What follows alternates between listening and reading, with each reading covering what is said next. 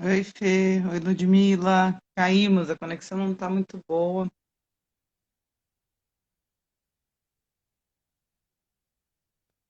A Catarina está entrando.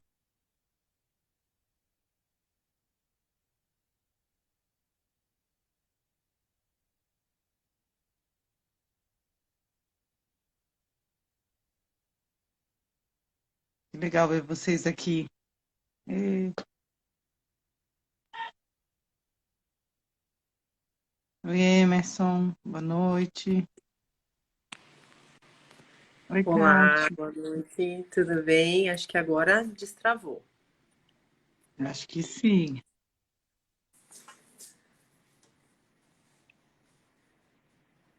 Fernanda, Ludmila, Emerson, todo mundo aqui. Mônica.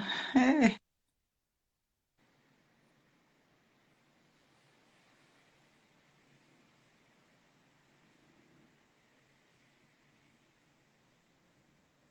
tô aqui pensando, eu tô do outro lado agora, né? A Mônica sempre estava aqui. É, agora a Mônica tá lá, como telespectadora. Muito bom. Quer começar, amiga? Podemos, né?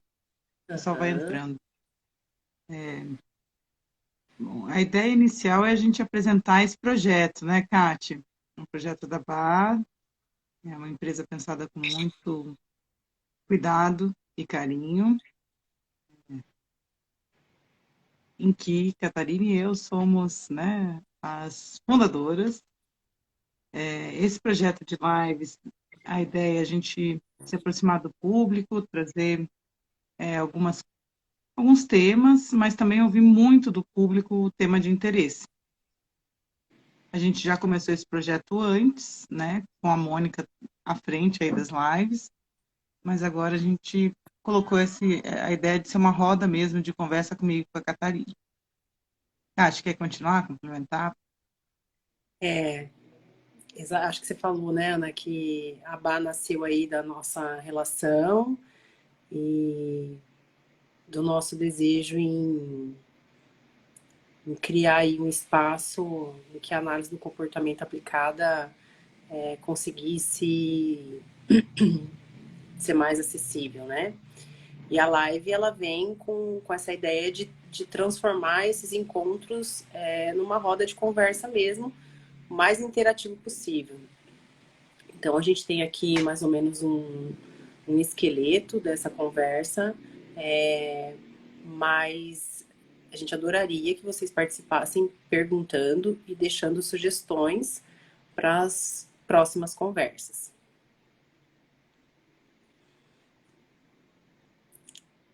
A gente tem que se apresentar agora, né, Kátia?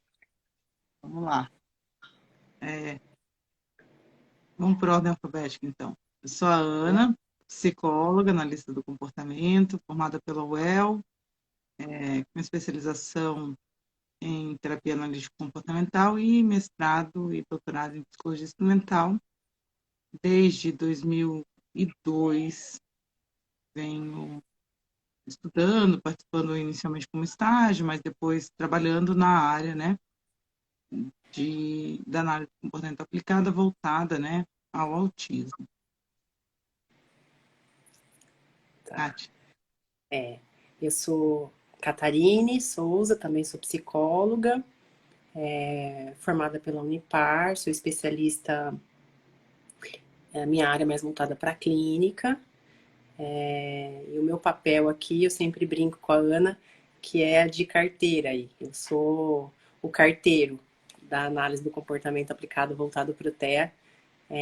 Então, eu sou a pessoa que tenta aí conversar com outras áreas, com outros profissionais, tentando levar o diálogo da análise do comportamento em diferentes contextos. Bom, o E tema de aí, hoje, então, é cuidar de quem cuida. E surgiu de um incômodo nosso, né, Kátia? Assim, a gente tinha muitas conversas, eu, enquanto trabalhando com as crianças, né, e no contexto aplicado, e a Catarine no contexto clínico, né, acompanhando alguns pais e profissionais da área. Então, a gente trouxe esse tema porque, nesse momento, ele faz muito sentido também para nós, né, com a pandemia, com a sobrecarga do trabalho online, com tudo que veio acontecendo aí nesses últimos anos. A Catarine vai ser a mediadora, mas também vai ser entrevistada, uma roda de conversa, né, Kátia? Isso. Mas como terapeuta clínica é alguém que assiste alguns profissionais que buscam terapia e alguns pais que também buscam terapia, eu tenho vários questionamentos aqui dentro de consultório que eu gostaria e que eu acabo levando para Ana. E aí são essas dúvidas, essas perguntas, essas angústias que a gente gostaria de compartilhar, porque a gente entende que são dúvidas comuns. E aí, eu acho que a primeira angústia, ela vem do diagnóstico, tanto para os pais quanto para os profissionais. E aí, Ana, você consegue falar um pouquinho para a gente por que que o diagnóstico é algo tão angustiante quando a gente fala de TEA? Muito do que eu percebo na interação com os pais é desinformação ou informação enviesada ou incorreta, né? Geralmente o que eu vejo, ele chegando com a informação de uma consulta médica e indo para a internet e buscar na internet. Ou já ouviu alguém falar sobre, ou tem algum parente ou algum amigo na sala de aula, mas não são informações robustas, vai, para não dizer confiáveis, porque a pessoa que transmite provavelmente é alguém da confiança, né? Mas são informações que, por não serem tão robustas e precisas, causam mais questionamentos, né? Fora a coisa do que a gente vem lutando tanto, né? Do capacitismo e das questões aí sociais, né? Relacionadas ao nome, né? E ao diagnóstico, né? Então, muitas vezes, quando esses pais chegam, a nosso primeira proposta aí de encaminhamento de orientação parental é justamente esse esclarecimento, sabe? Só que isso não dá conta das questões pessoais, né? Porque a gente atende a criança, esse pai e essa mãe, esse responsável, esse tutor, ele é parte desse contexto, né, do atendimento, é parte do ambiente, é uma pessoa significativa e importante, mas a gente não atende essa pessoa, né, como terapeuta. E aí vem a necessidade do encaminhamento, por exemplo, para você, né, Kátia, ou para algum psicólogo aí clínico. E até esse momento do encaminhamento é um momento que muitas vezes é delicado, sabe? E que a gente encontra, não dificuldades, mas é um momento delicado, sabe? De contar isso para os pais. Muitas vezes é estressante para o terapeuta da criança levar essa informação. Olha, eu acho que vale a pena buscar terapia, né? Muitas vezes para o casal, não só para uma pessoa, né? Não só para um dos responsáveis que chegam para o atendimento. Entendi. Ana, só que eu percebo em consultório e com os profissionais que trabalham, outros profissionais que trabalham, TO, fono, que trabalham com essa população, acho que a primeira angústia dos pais é a primeira pergunta. E aí, meu filho tem um diagnóstico? E aí, eles começam a esbarrar naquilo que os profissionais vão chamar de avaliação. Então, cada profissional vai fazer a sua avaliação. E aí, o que eu percebo em consultório é uma angústia e muita informação, informação que nem sempre conversa. Eu queria que você falasse um pouquinho o que significa a relação da avaliação com o diagnóstico e como ter um panorama mais claro do que significa essa relação segura, avaliação e diagnóstico. Tá. Geralmente, o diagnóstico, ele vem de uma consulta, né? Ou de uma avaliação feita é, pelo neuro, ou psiquiatra, algum profissional da saúde, né, da área médica. Nós, é, eu falo aqui de mim, né? Eu não faço diagnóstico, não dou o diagnóstico para uma criança, porque não tem formação para isso, né? Então tem que ser alguém com uma formação para isso. Algum psicólogo que tem essa formação, junto com outras, né? Poderia, mas no meu caso eu não dou o diagnóstico. Então, a diferença é que com o diagnóstico você recebe, né, um nome para aquele conjunto de comportamentos, né, observáveis, e com esse nome você também tem alguns direitos assegurados, né, e a gente luta por eles, né, tanto os terapeutas quanto os pais, né. Agora, a avaliação que a gente faz enquanto analista do comportamento é uma avaliação que vai olhar para o repertório daquela criança, vai olhar para os comportamentos dessa criança, para o contexto em que ela vive, o contexto social que ela frequenta, e é muito particular, ela não tem um nome único ou uma única avaliação. E aqui começa Então, também um outro problema. e é isso, era isso que eu queria que você falasse. Que gera uma sensação de insegurança muito grande para quem está começando a entrar em contato com esse universo. Exato. Como tem muita informação na internet, de novo, né? Muitas pessoas hoje em dia falam sobre, né? Falam sobre avaliação.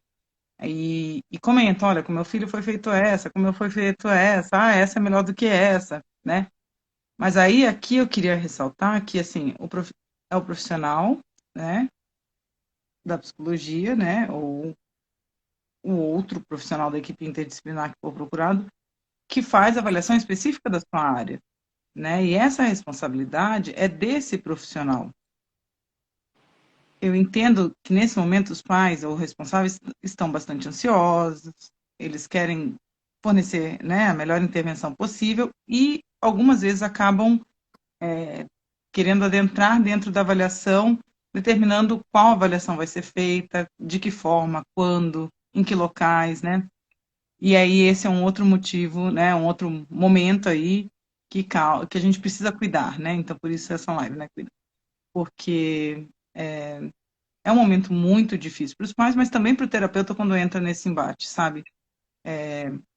Porque é o profissional terapeuta que decide, porque ele vai decidir com base no seu conhecimento, expertise, prática, perícia clínica, qual a avaliação que é a mais adequada para aquela criança que chega para o atendimento. Então, a avaliação ela é muito individualizada.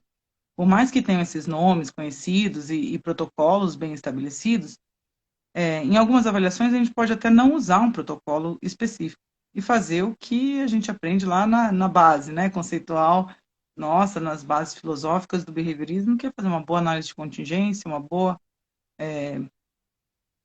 compreensão da função desses comportamentos, para poder, então, aí começar a interagir com essa criança e depois lá pensar num protocolo, numa outra avaliação lá na frente. Mas essa decisão é feita a partir de uma análise aprofundada do repertório da criança, né? E não é sempre a mesma avaliação para todas as crianças, tá? Assim, eu não posso aplicar, por exemplo, fazer uma analogia, né? Ou dar um exemplo, né?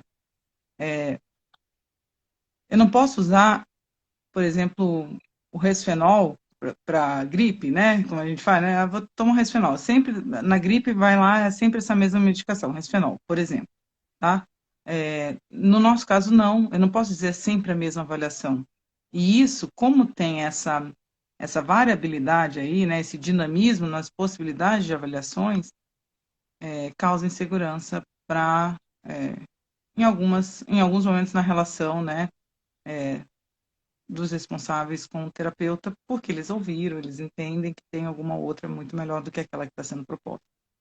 Entendi. Tá. Então, deixa eu ver se eu entendi uma coisa, Ana. As avaliações, então, elas são feitas não apenas pelo psicólogo. ela também é feita uma avaliação por outros profissionais. Sim. É, por exemplo, quando a gente tem uma equipe interdisciplinar, a gente pode ter trabalhando junto conosco na elaboração do planejamento de ensino dessa criança um terapeuta ocupacional, né, ou uma terapeuta ocupacional, um fonoaudiólogo ou uma fonoaudióloga, é, um educador físico e por aí vai, né? Em alguns momentos, musicoterapeuta, né? E aí a possibilidade é diversa, de combinações aí na equipe interdisciplinar. Essa recomendação, muitas vezes, vem no laudo médico, então essa equipe é meio que designada no laudo médico, mas outras vezes a família vai montando, entendeu? E aí Entendi. cada um desses profissionais faz uma avaliação específica dentro da sua área, né? Porque eu vou dizer aqui o que eu vejo com os pais, tá? Primeiro uma lista de perguntas que vai aumentando, e aí a gente vai olhar aí para o lado dos profissionais, que é o porquê ele faz isso ou porquê ele não faz isso. E cada profissional vai contemplar a sua área. E aí eu queria entrar, Ana, assim, ó, que daí eu acho que essa é uma angústia muito grande que eu vou perguntar para fono, por que ele faz A ou por que ele não faz A? Eu vou perguntar para terapeuta ocupacional, por que ele faz isso ou por que ele não faz isso? Cada profissional, dentro da sua área, ele vai tentar dar suporte e respostas para essa família. No entanto, acho que o maior desafio significa, eu brinco que um analista do comportamento, a resposta mais comum de um analista do comportamento é por que ele faz isso ou por que ele não faz isso? A resposta é não sei e depende. E é muito angustiante lidar com essa resposta, porque não saber e depender está muito atrelado à nossa história de aprendizagem de incompetência, não ter competência para dar conta daquilo.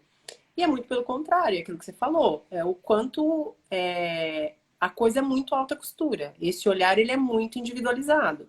Por isso que é não sei, eu preciso olhar e avaliar, e depende das condições, depende de uma série de fatores que a gente vai ter que olhar e sentar com calma. E aí o que eu queria, Ana, assim, tem duas expressões, dois termos, que eu brinco que o óbvio precisa ser dito. Então, uma criança foi encaminhada por um neuro para ir uma série de profissionais, certo? Eu queria que você Uhum. explicasse para a gente a diferença entre equipe multidisciplinar e interdisciplinar, e se existe um ideal para a formação de equipe, qual seria? Dentro desses dois termos. Tá, já vou responder com não sei, depende. Depende do caso, depende do que precisa ser trabalhado, tá? A sua última pergunta, tá? Agora, vamos lá. Isso é uma coisa, a gente ouve muito multidisciplinar, né? Eu acho que é o termo mais comum da gente escutar e vou tentar fazer uma distinção entre esses dois termos, tá? Multi e inter. Porque muitas vezes a gente ouve multi, mas está lidando com uma equipe interdisciplinar, tá? Multidisciplinar tá aí no nome. Múltiplos, né? Disciplinas, múltiplos profissionais. Todos trabalhando no caso, né? Trabalhando com aquela criança. Pode haver uma conversa ou outra entre os profissionais, mas cada um segue dentro da sua área, trabalhando com a criança, tá? Uma equipe interdisciplinar já é uma equipe que você tem esses vários profissionais, mas esses profissionais, eles estão muito alinhados. Eles conversam muito e eles em conjunto, olhando para a criança, cada um dentro da sua área, né, e conversando com os parceiros, vão construir o plano aí de intervenção, né? A proposta de objetivos aí próximos, como chegar nesses objetivos. Então, toda a estrutura, né, da intervenção é feita em conjunto. Então, o melhor Tá, então termo seria interdisciplinar, na minha opinião. Uhum. entendi. Tá, então se a gente pudesse pensar em algo ideal para o caso, teoricamente falando, seria uma equipe interdisciplinar. Isso. E aí, esse é outro ponto, né, Kátia? do cuidar de quem cuida, né? Porque aqui também é um momento que a gente vê muita ansiedade, muito estresse acontecendo, né? Seja por dificuldade em compreender, né? Assim, pessoas, né?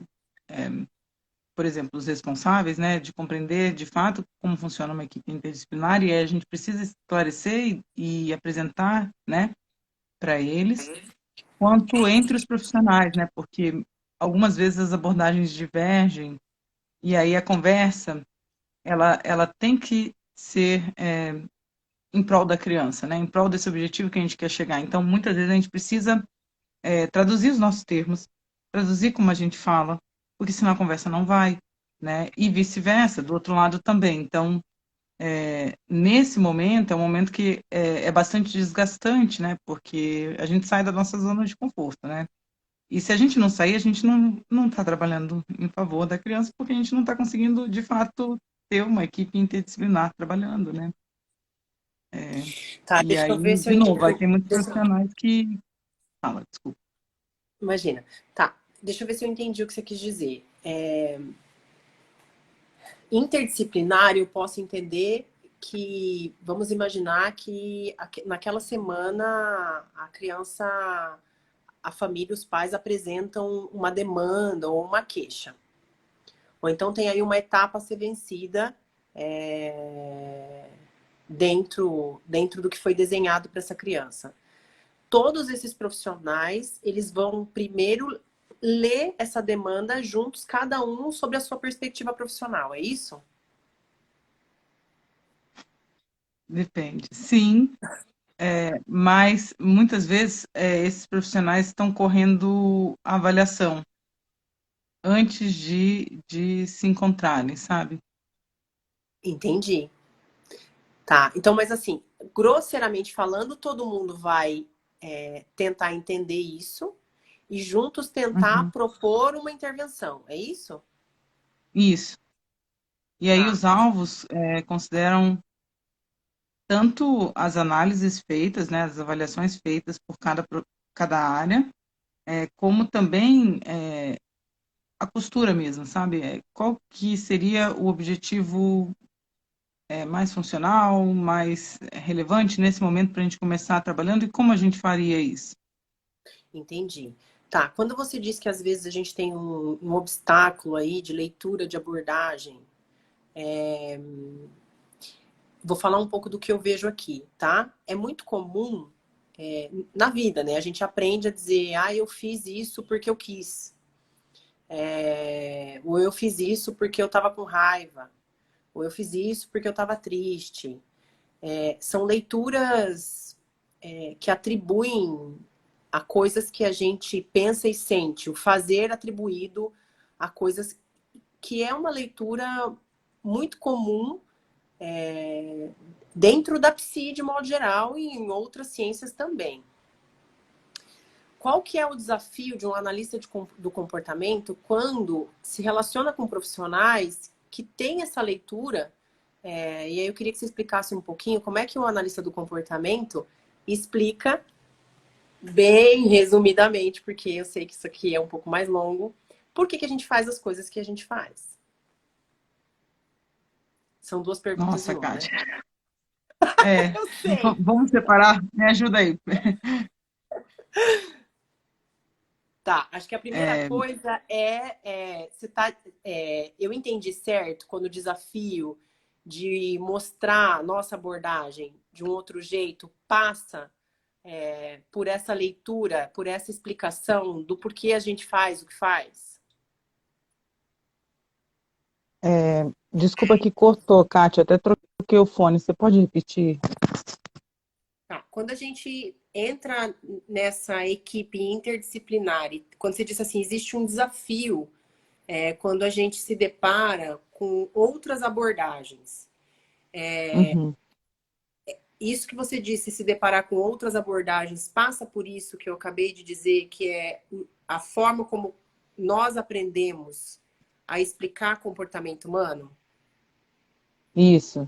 Vamos ver se eu respondo a sua pergunta. Sim, muitas vezes a gente não pode explicar como a gente aprendeu na faculdade. A gente tem que usar de outros recursos. A gente tem que ser analista do comportamento para conseguir dar, emitir uma resposta que vai afetar o outro, entende? Então, muitas vezes a gente tem que ir para tentar se apropriar dos termos ou do entendimento da outra abordagem para conseguir, né, no diálogo com eles, chegar num denominador comum de como descrever aquilo, entendeu? Então a gente vai, isso é desgastante, sabe? Muitas vezes, porque você sai muito da sua zona de conforto, né? Porque você não está conversando com um par, né? Mas é fundamental, é importantíssimo a gente conseguir conversar com um par que não leu a mesma coisa que a gente, né? Para conseguir Exato, pensar junto. exato. Tá, então aí eu vou te colocar numa baita saia justa. Você consegue dar uma palhinha pra gente de como a gente explica o porquê a gente faz o que a gente faz? Nossa, Catarine, ai meu Deus, Então ai, vamos lá. Eu o bati que a no meu gente faz, o que a gente colega, faz? eu Primeiro porque bati. eu tenho um compromisso ético com a criança, né? Eu já vou começar por aí, Kátia. Tá, mas então vamos lá. Eu tô em sala de aula e eu bato na minha amiga do lado. E Tá, aí agora eu tô alguém me entendendo. pergunta, Catarine, por que você bateu? Porque eu tava com raiva dela. Como um analista do comportamento olharia para esse episódio? Depende, mas vamos lá.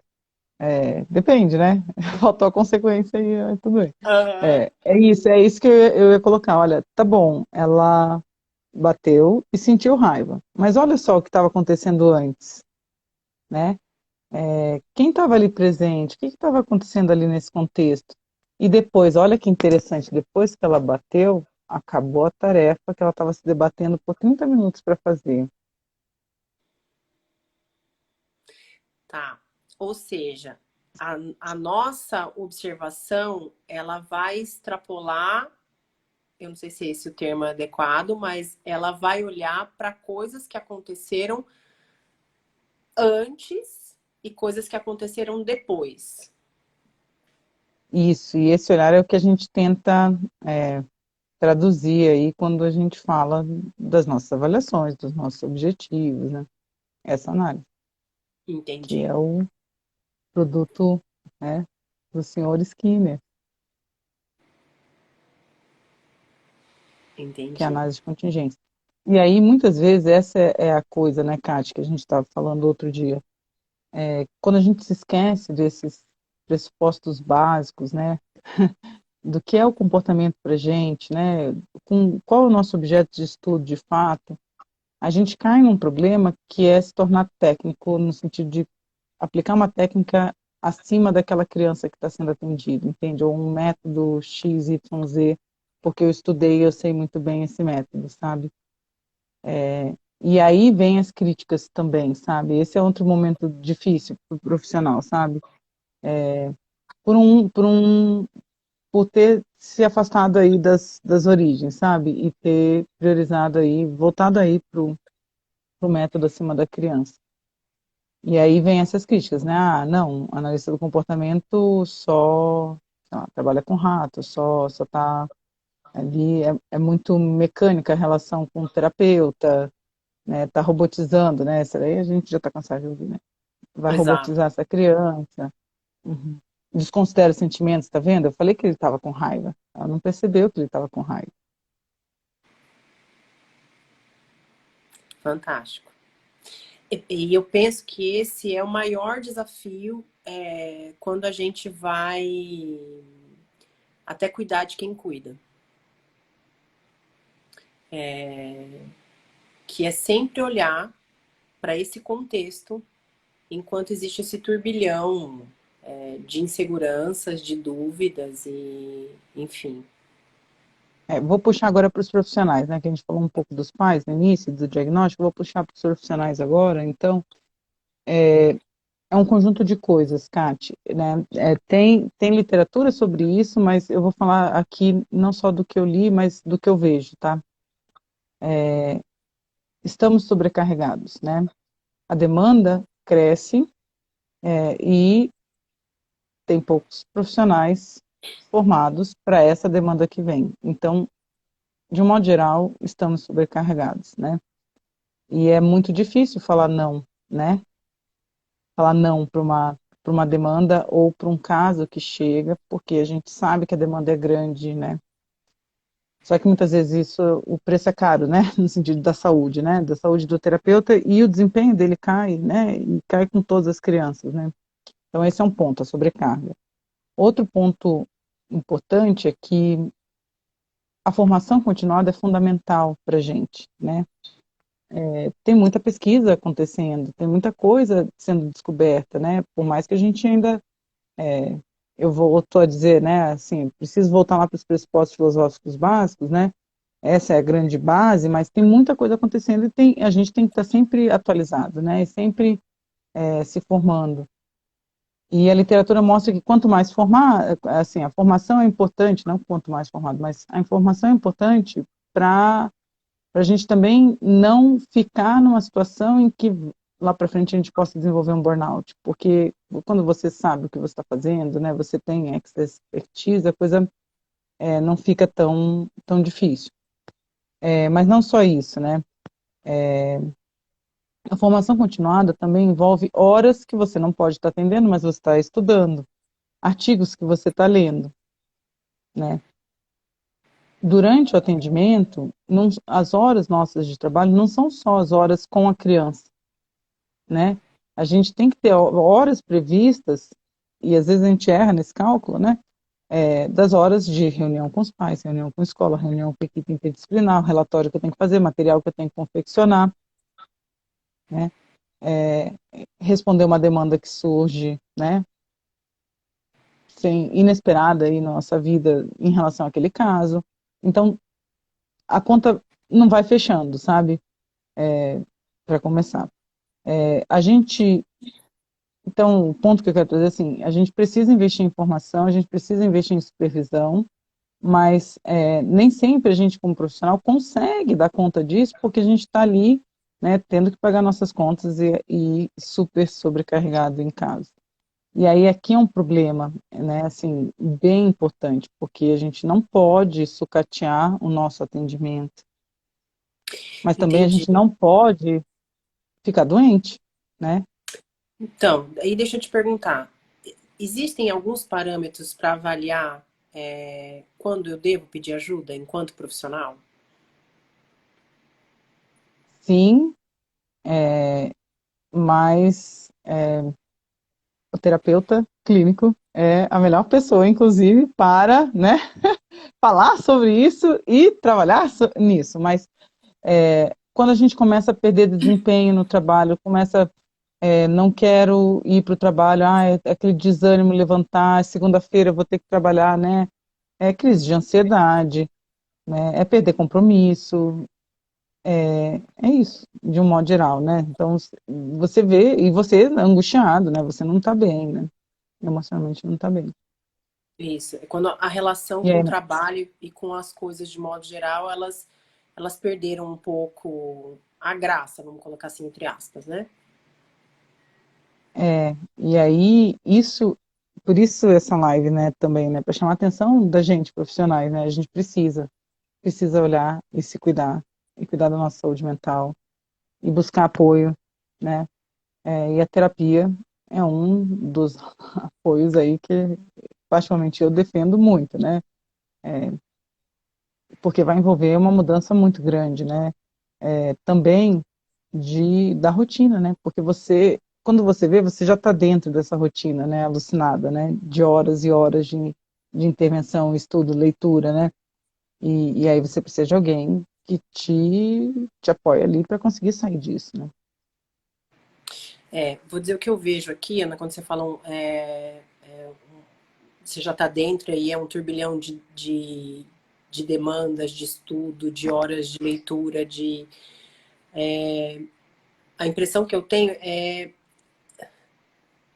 é muita pergunta para pouco tempo de resposta. É dúvida sobre o caso, é dúvida dos pais, é dúvida dos colegas que te colocam no colo. E aí, é muita pergunta para muito não sei e depende. E aí isso vai demandar tempo, porque você falou, olha, demanda, a resposta não é assim, por que que Por que ele estava dormindo e agora ele não está dormindo? Não sei, depende. Mas essa é uma pergunta que ela veio para o teu colo e vai exigir aí dos profissionais tempo, Você analisar com estudo, cuidado. Uhum. isso, tempo, estudo, observação, cautela para responder isso. E essa resposta ela não vem. Não vem pronta. Ela não vem. E às vezes o profissional, ele espera dar a resposta no tempo que os pais gostariam de ter a resposta. E que os colegas também Uhum. gostariam de ter a resposta. Porque a coisa tá ali, aí ele não dorme, ela não dorme. E aí? E a resposta não vem.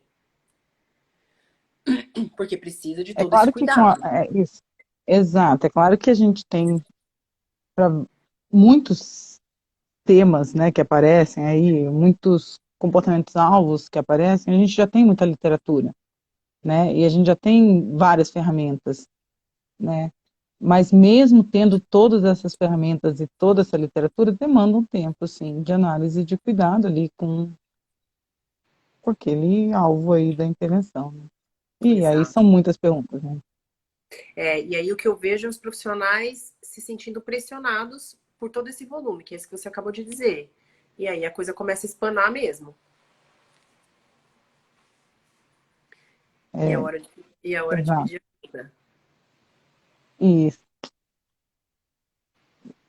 e a mesma coisa eu vejo acontecendo com os pais, sabe?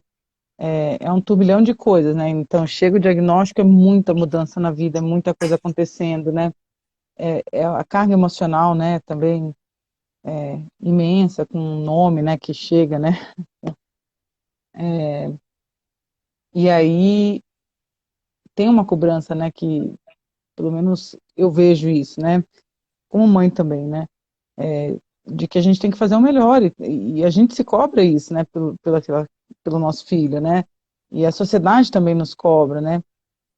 Só que a gente também não tem as informações, né? Então a gente vive numa situação, né? Assim, de muitos estressores presentes. E como a gente está apagando incêndio, né?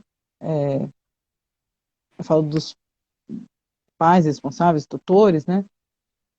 É difícil olhar para a gente, sabe? E falar assim, olha, eu estou precisando ser cuidado aqui agora. Porque se eu parar, eu às vezes até falo assim, parece que a gente, pai, mãe, né? Não tem direito nem de estar doente. Então, Mas, porque tem uma. mas tem, entende? Essa é a questão, né? Você me fez lembrar uma expressão que é muito comum os pais trazerem para consultório.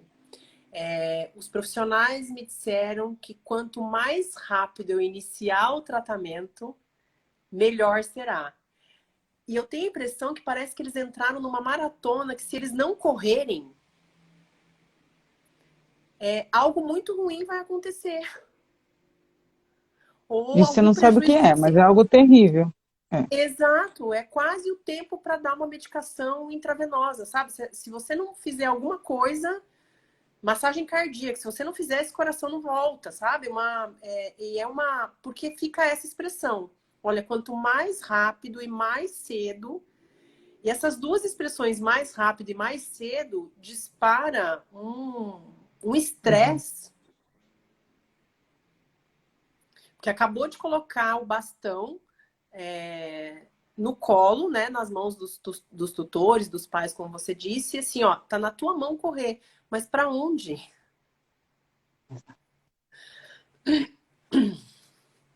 E com um monte de dúvida, né? E de fato saem correndo, né? A gente sai correndo, né? E, e muitas vezes sem saber para onde está indo, como você disse, e cai em alguns buracos aí no meio do caminho, né? E aí fica, né, mais complicado ainda. E aí nessa hora é muito difícil, né? Os pais, responsáveis, tutores, conseguirem olhar para eles de novo, né? Eu estou repetindo o que eu falei, né? E Exato. precisa, né? E nessa hora a gente, como chega até a paralisar, Ju. E Exatamente, aí, eu ia falar isso. exatamente. E aí o profissional que atende a criança, ele deveria sinalizar isso, sabe? Para os pais, porque muitas vezes os pais não conseguem ver os tutores responsáveis. E é importante, né? É importante, inclusive, a gente não é terapeuta dos pais, de novo eu digo, né? Estou falando aqui agora como terapeuta da criança, né? Criança, adolescente, adulto, com TEA, né? Mas a gente pode, por exemplo, uma das coisas que a gente faz é ajudar a organização da rotina da casa, da família, né? Pensar numa rotina, né? Olhando para a criança como nosso cliente, né? Mas, e algumas vezes acaba batendo, né, no bom sentido, na rotina dos pais, né? Quase sempre. E acaba sendo positivo, só que isso não é terapia dos pais, entende? Essa rotina, claro, foi pensada por bem-estar da família como um todo, né? A gente pensou junto, mas isso não dá conta. E muitas vezes se cai no erro de achar assim, ah, tá bom, então eu tô sendo, tá bom, melhorou para mim agora, sou, né, sou pai, mãe responsável, então tá tudo bem. Mas não tá tudo bem, né? Tem outras questões que precisam ser cuidadas, né? E essa é uma distinção importante, né? A terapeuta ou terapeuta da criança, adolescente, adulto com TEA não é o terapeuta dos pais. Isso eu quero deixar bem claro. Não é que a gente não olha e não cuida dos pais enquanto está olhando para a criança. A gente não é o terapeuta deles. Porque enquanto terapeuta dos pais, então, o que é muito comum acontecer, primeiro nessa pressa de fazer algo rápido, quanto antes, pelo filho, eles encontrarem profissionais que vão ter respostas atraentes, respostas rápidas. Olha, então tem um tratamento, ou os tratamentos alternativos, ou então eu tenho aqui tantas sessões que, enfim, não é meu universo, mas eles encontram porque eles acabam trazendo. Essa é a primeira coisa. E aí falou assim, olha, então tal profissional, ele não é bom porque ele não sabe, depende. Ele precisa ainda fazer uma avaliação. Ele precisa observar. Isso não é compatível com a pressa. Isso não é compatível com o quanto antes.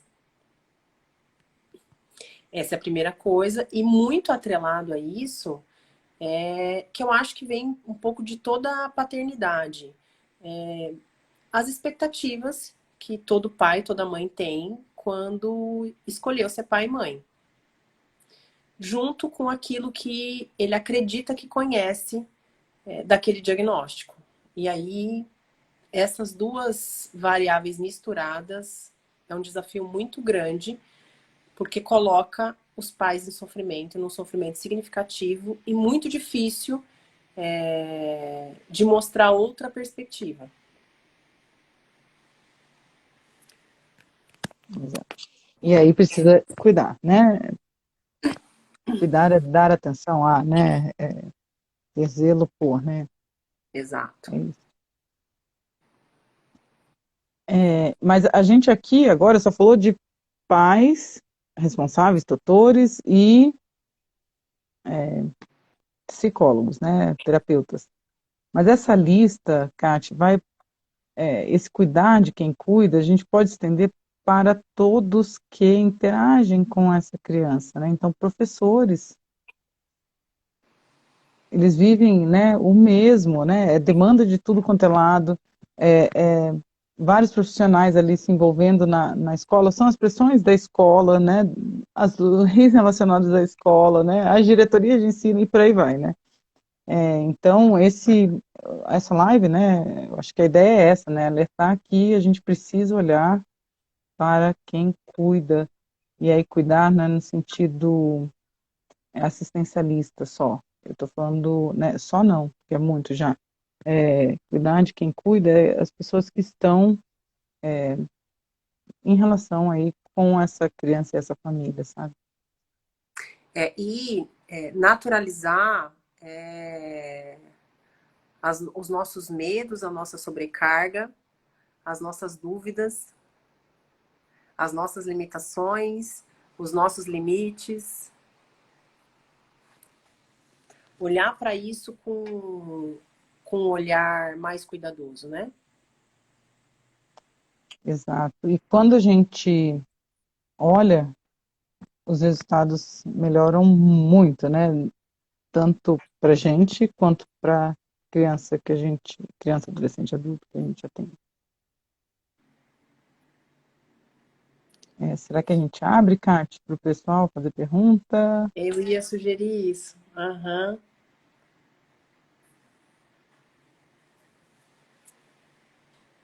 Tudo bem? Tem alguma Sugestão, pergunta?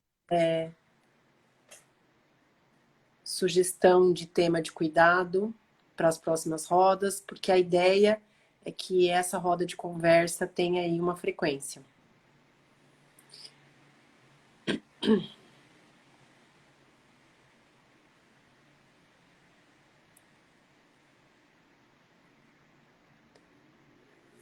Acredito que não. Olha, Eliane calada, acabou de entrar. Tá bom. Vamos fazer a proposta da gente colocar os comentários, Kate, embaixo do vídeo? Tá, acho que alguém fez uma pergunta Ah, aqui. boa. Tá, Qual a melhor forma de abordar os pais e cuidadores para a terapia deles? Boa quer, pergunta, Ludmila.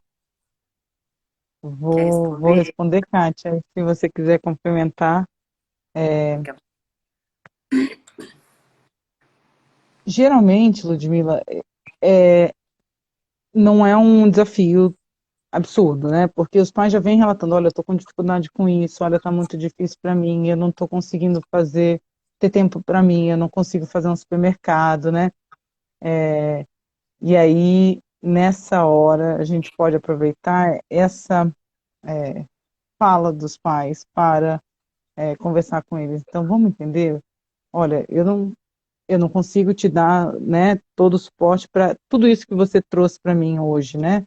Mas eu vejo que está te incomodando, eu vejo que está difícil para você, eu vejo que está difícil para sua família, né? Seria interessante você buscar um apoio para você também, porque não, a gente não tem nessa família só uma criança ou só um adolescente, um adulto, né? A gente tem todos, né? E eu tenho um lema que eu falo assim, a gente precisa ficar bem, né? Todos precisam ficar bem, né? Para a coisa andar, né? E uma pessoa sobrecarregada no meio de outras não, ou muitos sobrecarregados, porque é isso que a gente vê também, né? Muitas pessoas sobrecarregadas para poder dar conta, também não sai do lugar e aí a sobrecarga não está funcionando, né? Se a gente reorganizar a coisa, fica um pouco melhor para todos, né? Então, eu geralmente tento, Ludmila, apoiar no gancho, sabe? No que os pais acabam me trazendo, e aí eu vou analisando essa situação, e aí eu puxo para eles, sabe? Olha, é importante você também se cuidar, a gente está fazendo de tudo que a gente pode, né? Dando todo o nosso esforço e carinho para o seu filho, mas você também precisa, né? Agora, eu acho que o caso mais difícil é quando de fazer esse encaminhamento é quando os pais não, o responsável, o tutor, não percebe alguma questão que a gente, com olhar clínico, percebe, sabe? E precisa encaminhar. Aí, nesse momento, eu vou nos exemplos, né? E vou trazendo, né? Olha, aquele dia aconteceu tal coisa aqui, né? Na sessão comigo, né? Enquanto eu estava atendendo seu filho. E aí eu vou puxando, entendeu? Olha, no outro dia também, né? Acho que vale a pena você ir acompanhar, sabe? Então eu tento pegar uma coisa concreta, já que não vem dos pais ou eles não observam isso. Então eu observo por eles. Mas é sempre, né? Cabe a eles a decisão de seguir ou não o que a gente sugere, né? Eu tenho uma outra sugestão, que eu falo que existem algumas réguas que nos ajudam. A gente sempre parte de algum desconforto do casal, de algum desconforto do cuidador, para pensar nessa sugestão. Então, esse desconforto ele tem que ter um nome. Irritação, ansiedade, medo, agitação. Esse desconforto tem um nome. E aí eu sempre uso algumas medidas para dar parâmetro junto com os pais do quanto eles precisam de ajuda. Então, qual é o nome desse desconforto? Qual é o tamanho desse desconforto? qual é a duração desse desconforto e qual é a frequência desse desconforto. Quanto a isso, não tem. Não tem. Então, você vem sentindo isso, dê um nome. Eu tô muito ansiosa. Essa ansiedade me fala um pouquinho mais. Ela vem aparecendo com que frequência? Todo dia. É? De 0 a 10, se você pudesse dar um número, que número ela tem? Ela tem aí um 6. Ela oscila? Ela sobe? Ela desce? E quanto tempo ela fica? E qual é a duração? E aí vai. Quando a pessoa se depara com essas réguas, com essas medidas, ela pode até se recusar a buscar ajuda, mas ela tem um parâmetro mais seguro para avaliar o quanto ela não está bem. Kate, legal que você trouxe isso, porque a gente também, em alguns momentos, também pode sugerir para os pais, aí agora eu estou falando antes deles chegarem, né? Quando eu ainda estou ali com o filho, filha deles sendo atendida, a gente pode usar algumas ferramentas como algumas escalas de estresse parental, por exemplo, para que eles respondem, ou alguns inventários que o próprio pai responde e o resultado vem da resposta deles, né? E aí, com aquele resultado da resposta que eles assinalaram, fica em alguns momentos mais fácil também fazer o encaminhamento. E Exatamente. aí é como você falou, né? Quantificado, né? Assim, para eles, né? É visível, né? Exato. E aí isso fica muito, muito perceptível. E ainda que a pessoa fale assim, não, mas isso é natural. Muito natural. Exatamente.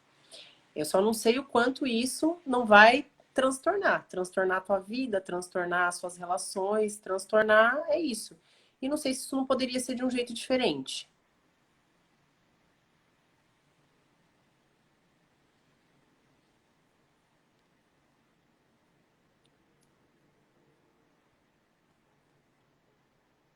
Fernando entrou.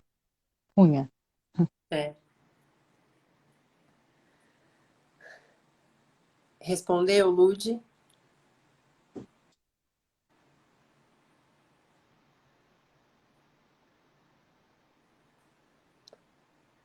Acho que sim. Ela falou que adorou, tá? Que bom. Sim. Legal.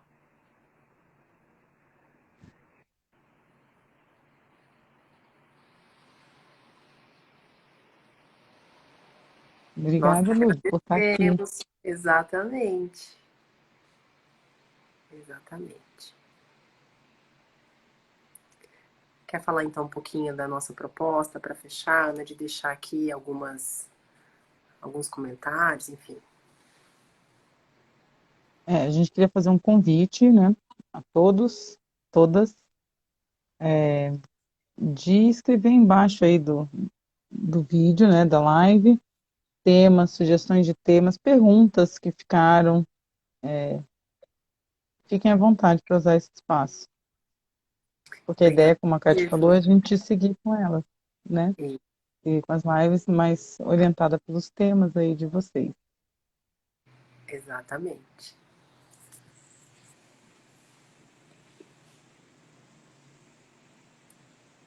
Aninha, adorei, como sempre.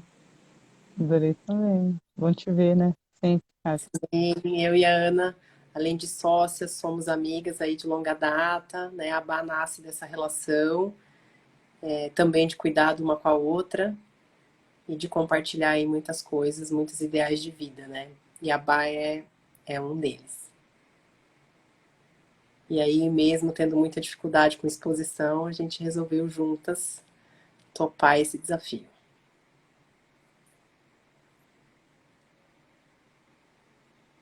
Obrigada, Cátia. Obrigada, pessoal. Obrigada, boa Vou noite. encerrando então. Boa noite. Beijo, amiga, até. Até. Tchau. Tchau.